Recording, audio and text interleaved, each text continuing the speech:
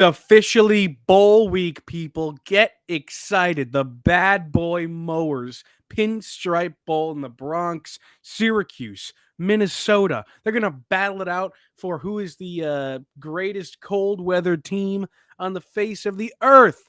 Get excited. It's probably going to be what we're talking about all week, at least up until Thursday. So get excited, people. Come on, Owen. Are you pumped?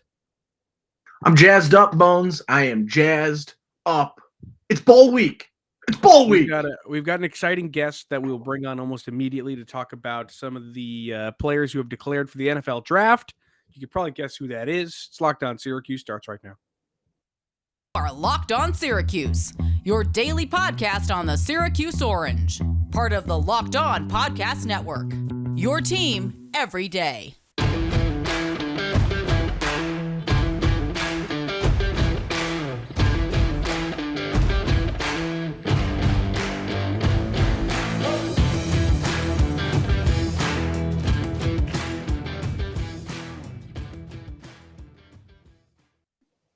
Matt Bonaparte, Owen Valentine, and Max Chadwick with you here on your Tuesday episode of Locked On Syracuse. We hope you had a Merry Christmas.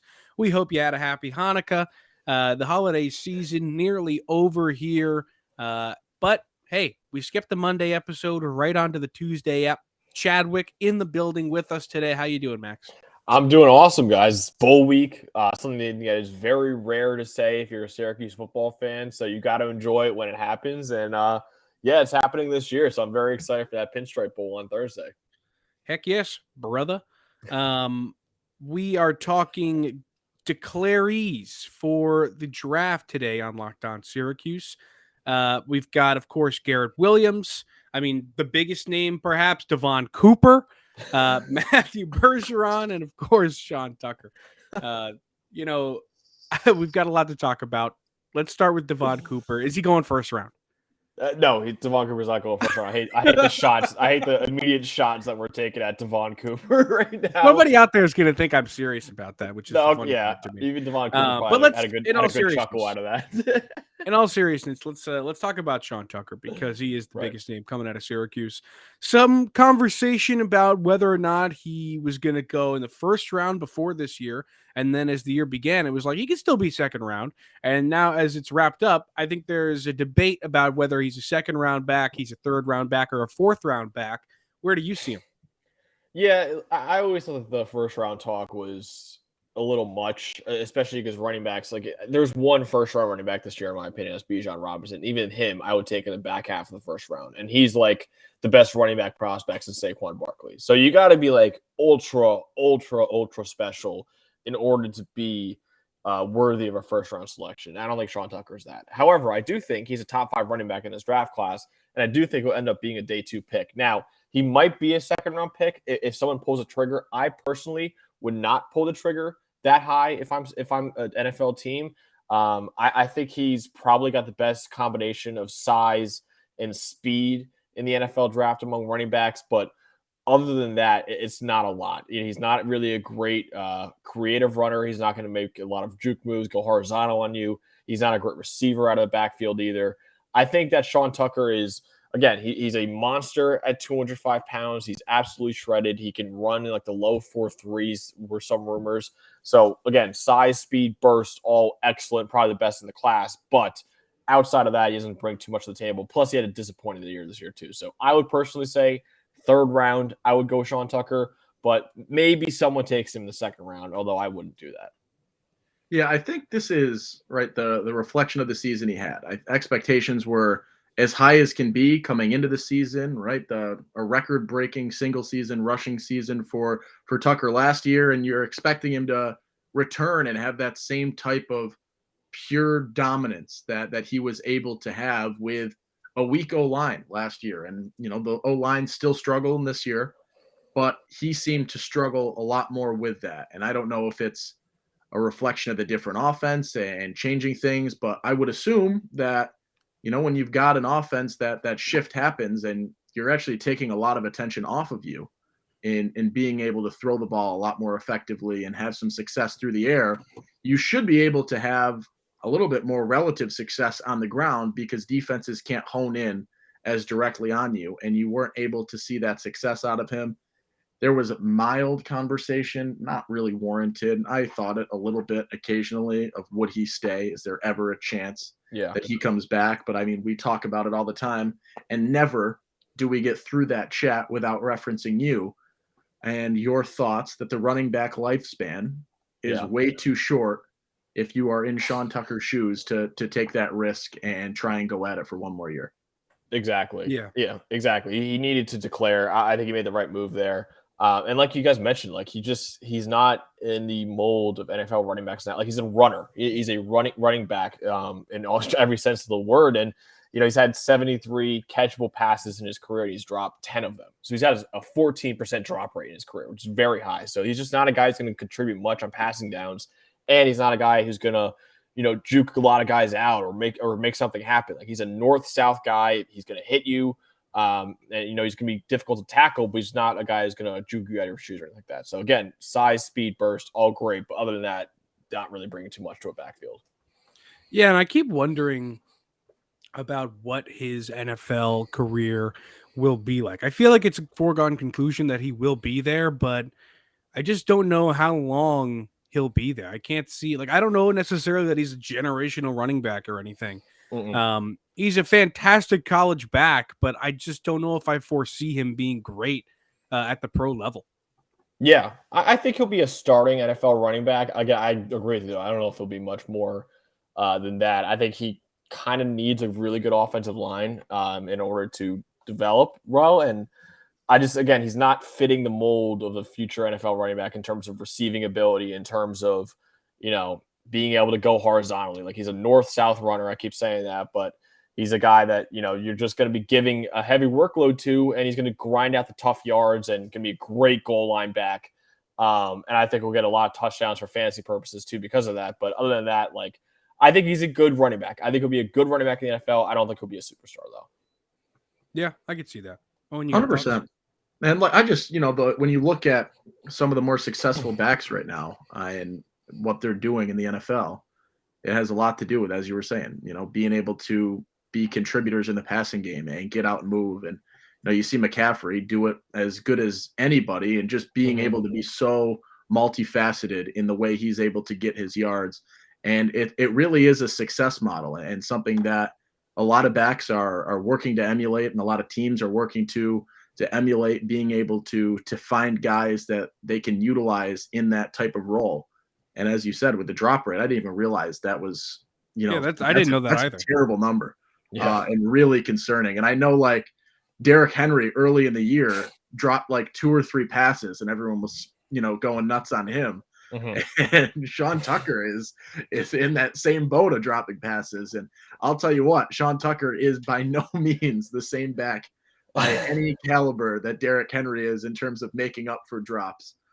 So definitely something that is of concern, but I think you nailed it. And, both of you talking through this he's a guy that you will see how long, we're not really sure, how effective, not really sure, but he is a guy that I think everybody is anticipating will be a runner. And whether it's not starting, it will be shared carries, and he will be involved in whatever team he ends up with. Unless something unforeseen is happening, or we realize something in the next 9 months before next NFL season starts up with regards to Tucker. Yeah, I think, and again, he's a weird guy because he feels like a power back, but he's only 205 pounds, which is really not that big for a running back. So I think he's a guy you should commit to more weight and get up to 220, 225 and become a power back who can run past you too. I was gonna bring that up, that in my head he's a power back, but at the same time in my head he's a little bit undersized. He's the same weight as Christian McCaffrey. He's as but big it as doesn't look Christian like McCaffrey it on the field. He just looks smaller. So that's definitely something that I think would be really important for him at the next level, is to just get bigger. And of course, that's huge for everybody. When you get in an NFL locker room and weight room, things are different. But we'll see. But I think we're all in agreement that we think he's a 3rd round guy, kind of thing. But some people out there think we're dumb and think he's a second round back at the latest. So I don't know. We'll see. All right, let's Jim take Brown. a quick break. Yeah, he's Jim Brown. Let's take a quick break. We'll talk to you on the other side about the other guys. But first, this one's brought to you by LinkedIn. These days, every new potential hire can feel like a high-stakes wager for your small business. You want to be 100% certain that you have access to the best qualified candidates available. That's why you got to check out LinkedIn Jobs. LinkedIn Jobs helps you find the right people for your team faster and for free. Go create a free job post on LinkedIn Jobs. It's very easy. Then add your job and the purple hashtag hiring frame to your LinkedIn profile to spread the word that you're hiring. Simple tools like screening questions make it easy to focus on candidates with just the right skills and experience so you can quickly prioritize who you'd like to interview and hire. It's why small businesses rate LinkedIn Jobs #1 in delivering quality hires versus leading competitors. LinkedIn Jobs helps you find the qualified candidates you want to talk to faster. Post your job for free at linkedin.com/lockedoncollege. That's linkedin.com/lockedoncollege to post your job for free. Terms and conditions apply. Okay, back here on Locked On Syracuse, I'm Matt Bonaparte. He's Owen Valentine. He's Max Chadwick. Oh, I went the wrong way with that point. I tried. We're here. This is a 30-minute long chat with Chadwick. So the chat with Chadwick fans out there, I mean, this is like their Christmas. So this is very exciting. But let's talk about the next man up in this conversation. I think it's Matthew Bergeron. And he's a guy who has had such a crazy timeline at Syracuse, from being a no-name kid who got shoved into the spotlight, the starting role at right tackle, because Ryan Alexander up and left the team in the middle of 2019. They had to throw somebody in there, and it was Matthew Bergeron, a true freshman. Or maybe he was a redshirt freshman. I can't quite remember. But he was fantastic at the end of that season, came in the next year and slowly solidified himself as the best player on that offensive line, and was that for at least his last 2 years on Syracuse. He is a really, really fantastic player, one that definitely has NFL potential. How does PFF view him, Max? We love him. And here's the thing. We really like him. I would say he's a third-round guy. He will be taken in the second round, and there has been a lot of smoke that teams love him, and he might even sneak into that first round and become Syracuse's first round pick since 2013 with Justin Pugh. So I really like him. I think he's an excellent pass protector. He's such a really smooth guy. He's got a really good anchor as well. And something that my coworker Mike Renner is the lead draft analyst at PFF, and he has him as the number 9 offensive tackle right now and a top 100 player. Something he said is like, hey, a lot of times you talk about, SEC, Big Ten competition, like all of that. ACC, in terms of edge defenders, is pretty elite. So this Matthew Bergeron went up against a lot of amazing players. Jared Verse at Florida State, he's probably a top 20 pick. Yasir Abdullah from Louisville. Yaya Diaby from Louisville. Miles Murphy going to be top 10 pick from Clemson. Isaiah Foskey, maybe a first-round pick from Notre Dame.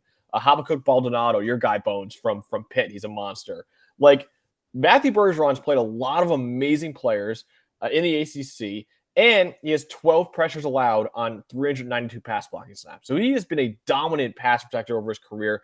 Now, the issue is that he's not a great run blocker right now. There's a lot of times where he's playing off balance and all that. But in the NFL, the most important thing for an offensive lineman is pass protection. Like, you can be murdering guys in the run game all you want, but in a league where you're throwing the ball on most of your plays, you got to be able to hold up in pass protection. And Bergeron can very much do that right now. So, listen, he might sneak into that first round talk or second. I think he'll be a second round pick, honestly, but he might even sneak into that first round. I probably maybe go third round with him, only because, he's still got to work a lot on his run blocking.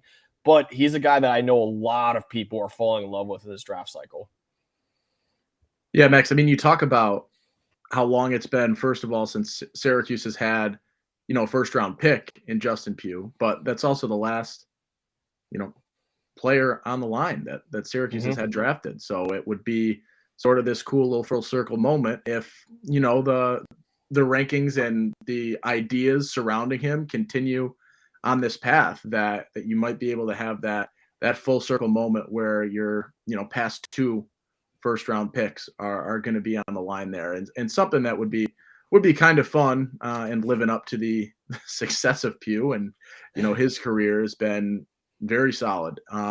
And so what I look at and hear, and I don't think it necessarily lands all the time for me, the talent that he has faced this year, and the consistent, especially through the ACC slate, the consistent, defenses and strong players and top players on opposing defenses that he more than holds his own against. And I think that's something that I take for granted sometimes when I look at the O-line as a whole and some of the struggles that they had this year, that he, hand up, I didn't give him enough credit throughout the season. And now it's time to make up for some of that credit and give him those props that maybe I was not as generous with throughout the season. But now that we're looking at this a little bit more, maybe objectively, less opinion-based, and starting to see sort of where this falls in terms of NFL draft possibilities, he really has been nothing short of outstanding this season. Yeah, Bergeron has been the absolute man, and he, I think, deserves a lot of credit. Although you did say, and I agree that he's got to work on that run blocking, probably the biggest thing that's holding him back. But he has been a reason that Sean has been successful, not only because of his play, but because he's the leader of that line. And when I talked to him preseason about who are the new guys, he talked about Enrique Cruz, a kid who's going to be really important for Syracuse, and a kid that I think is probably trying to, model his game after what Bergeron did. So there's definitely some leadership capabilities that definitely come with the name Matthew Bergeron. But you said he's 9th on PFF's board. Yeah, I don't know. He's going to play in the Senior Bowl, right? Yep. Yeah. That's going to be huge for him, too. Yeah, so you think that's going to be huge for him?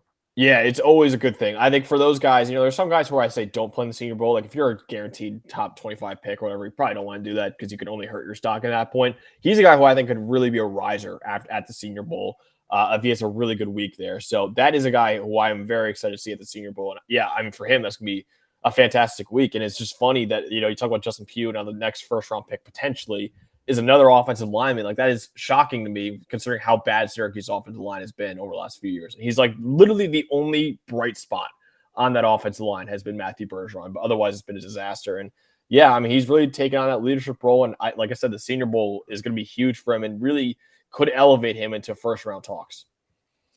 All right, let's take another quick break. This one brought to you by the NHTSA. And let me take you through a little scenario here. You're hanging out with some friends. You're putting back a few drinks, a few too many, I might add.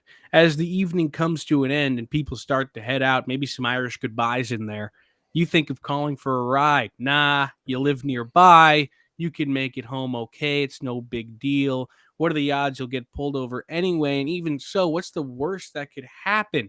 Your insurance goes up. Yeah, that'd be pretty bad.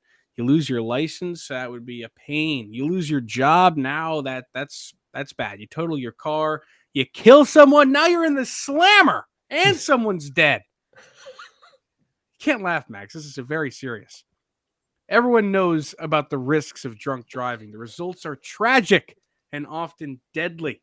However, that still doesn't stop everyone from getting behind the wheel while under the influence. That's why police officers are out there right now. Whenever you're listening to this, I guarantee you there are at least one police officer out on your streets right now looking for impaired drivers on those roads to save lives. So if you think you're okay to drive after a few drinks, think again. Play it safe and plan ahead to get a ride. It only takes one mistake to change your life or someone else's forever. Drive sober or get pulled over. I've been working on these, and that was definitely the first time Max has heard one. Listen, goofing halfway through. I was thinking about driving drunk after this podcast is over, but after that, I'm all good now. I think I'm going to hold off. You don't want to end up in the slammer. All right? I hope I don't. Owen likes my ad libs that I throw in there. That was I liked the Irish goodbye comment. That was a good. That was good. I knew you'd king of that. I love the Irish goodbye. I'm just trying to get people to be serious about this, and Max is over here giggling. And I was surprised. It just came out of nowhere. Right. Yeah, and that's all right. That speaks to everything that's going on there. All right, last player that we're talking about here because we already got to Devon Cooper. Let's talk Garrett Williams, the heart and soul of Syracuse's defensive back unit. He has declared for the NFL draft, did so quite a while ago after getting hurt, out for the season after the Notre Dame game. Very sad that he didn't get to finish his career in Orange on the field, but at the same time, he was a guy that got hurt a lot, and it was always kind of banged up. So can't say I'm entirely surprised. How do you guys look at Garrett Williams over there at Pro Football Focus? Yeah, we definitely like him a lot. And Mike Renner, the lead draft analyst, is a big fan of him. Currently still has him as a top 40 player on his big board, which is the highest of any Syracuse player, honestly. And, before the season, before he got hurt, honestly, if you asked me, hey, who's the one guy who can become that first rounder since Justin Pugh? And I probably would have said Garrett Williams. And unfortunately, now with his knee injury, probably not going to be able to participate in the combine or even his pro day or a Senior Bowl or anything like that either. Actually, I don't think he's eligible for Senior Bowl, but Garrett Williams, man, he was a guy that he's supremely talented, which is why we have him as a top 40 player, but never really fit in the Syracuse defense. Like, it's just not, his scheme wasn't really designed for him. He's a guy with pretty good length at corner, a guy who's, should excel in press man coverage. And Syracuse never plays press coverage. Like, they always play him in off coverage. So he's kind of like fitting a square peg in a round hole in that Syracuse defense. So I don't think the player that you saw at Syracuse is the player that you'll see at the NFL. He seems like one of those guys that will go in the NFL and be better in the NFL than you ever was in college. And you have a lot of Syracuse fans saying, where was this at Syracuse? Don't get me wrong. He was still a very good player at Syracuse, but I think he's a guy who I have even higher expectations for in the NFL than I do at college, just because I don't think that the Syracuse defense really fit him really well. But he's ultimately, I think, going to be a day two guy, unfortunately, because of this injury, when I think maybe before that, if he has a really good pro day, really good combine, maybe he could have snuck into the first round. But now I don't think there's any chance of that happening. Yeah, he was fun to watch, but I think you're right in looking at, his fit in the 3-3-5 and the schemes and the just the approach that Syracuse took in his time here. And I think that this is, at least for me, like I look at this now and I see him, wherever he falls, but regardless, heading out, going to the draft, being drafted. Deuce is gone via the transfer portal. Jihad gone via the transfer portal. And right now I look at Syracuse, which has the recent DBU title. Maybe that hasn't made its way nationally, but at least in local town. The DBU title.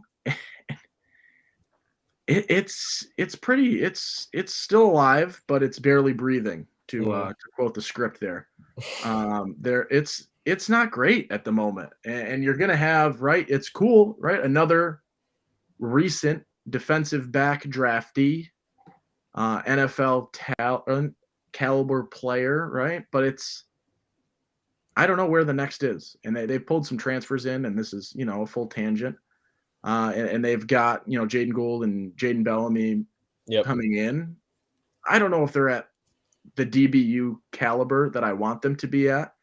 And so I sort of see, with Deuce and Jihad gone and Garrett headed to the NFL, this sort of is the end. And I don't want it to be, because it was fun. It's nice to see that success, that defensive prowess. Right, but it's the answer, the continuity of DBU, and I wanted it. I really, really wanted it to be my man Jeremiah Wilson. I don't know if it is, but I wanted the defensive back university at Syracuse to continue, and I do think this is the temporary funeral for DBU. I don't know. It'd be really critical. Come at me. We didn't think Jihad Carter was going to be as good as he was going to be. Isaiah Johnson could be really good. Jeremiah Wilson could be really good. I wouldn't, put out the Viking funeral on the lake already. I mean, there's some time for these guys to get a lot better. Is it a different situation? Sure, because Garrett came onto the scene in 2020 and he was the only good thing about the team, besides Sean. So yeah, there's that. But I think that there's definitely still a lot of talent there. Jason Simmons is still a really, really good player. Mm-hmm. There's still a lot of talent in the defensive back unit. So I wouldn't be so pessimistic about it yet. Those guys are going to have to put in a lot of work to keep it alive, but I still have hope. Yeah. Hey, Max, remember that one time that Garrett Wilson picked off Trevor Lawrence? That was awesome. And Gio Williams. Remember Gio Williams, WR Sports Talk's biggest fan? Gio Williams, his dad. I'm going to miss that. I'm going to miss Gio Williams. Yeah. I'm going to miss Gio. But he's not an NFL dad now. So NFL teams, Gio Williams be your number one fan. I'm very excited about it. He's the dad of the year in my book. But yeah, like Owen said, to me, the Garrett Williams news was like, okay, like you should do that. The one that killed me was Deuce Chestnut. Deuce Chestnut, I put out a top 25 transfer report players in the transfer report for PFF. Deuce Chestnut was in the top 10, man. He's a stud corner, and that was a brutal loss for Syracuse. Jahad Carter, very good player as well, very underrated player. Another big loss. But like you mentioned, Bones, Jaden Gold, I have high hopes for at Nebraska. He's a highly ready recruit coming out. He's got a few years left. Jaden Bellamy, I'm also have some pretty optimistic for. But yeah, I agree. I kind of agree with both of you, which I hate to say, but like I do agree with Owen that like it took a hit. Like the secondary is taking a massive hit. I think Deuce Chestnut is honestly the biggest loss. You'd be surprised, Max, that a lot of Syracuse fans don't think losing Deuce is a big deal. I think it's a huge deal. I do too. I think it's a big deal, loss. But people I think it's bigger than Garrett. Oh, he got burned a lot. I think it's the biggest loss in the team, honestly. If you look at Bergeron, you look at all of the players, I think Deuce is the biggest loss in the team. He's been a fantastic corner in both of his first 2 years of college. And so I think that was a big loss. He's a good player.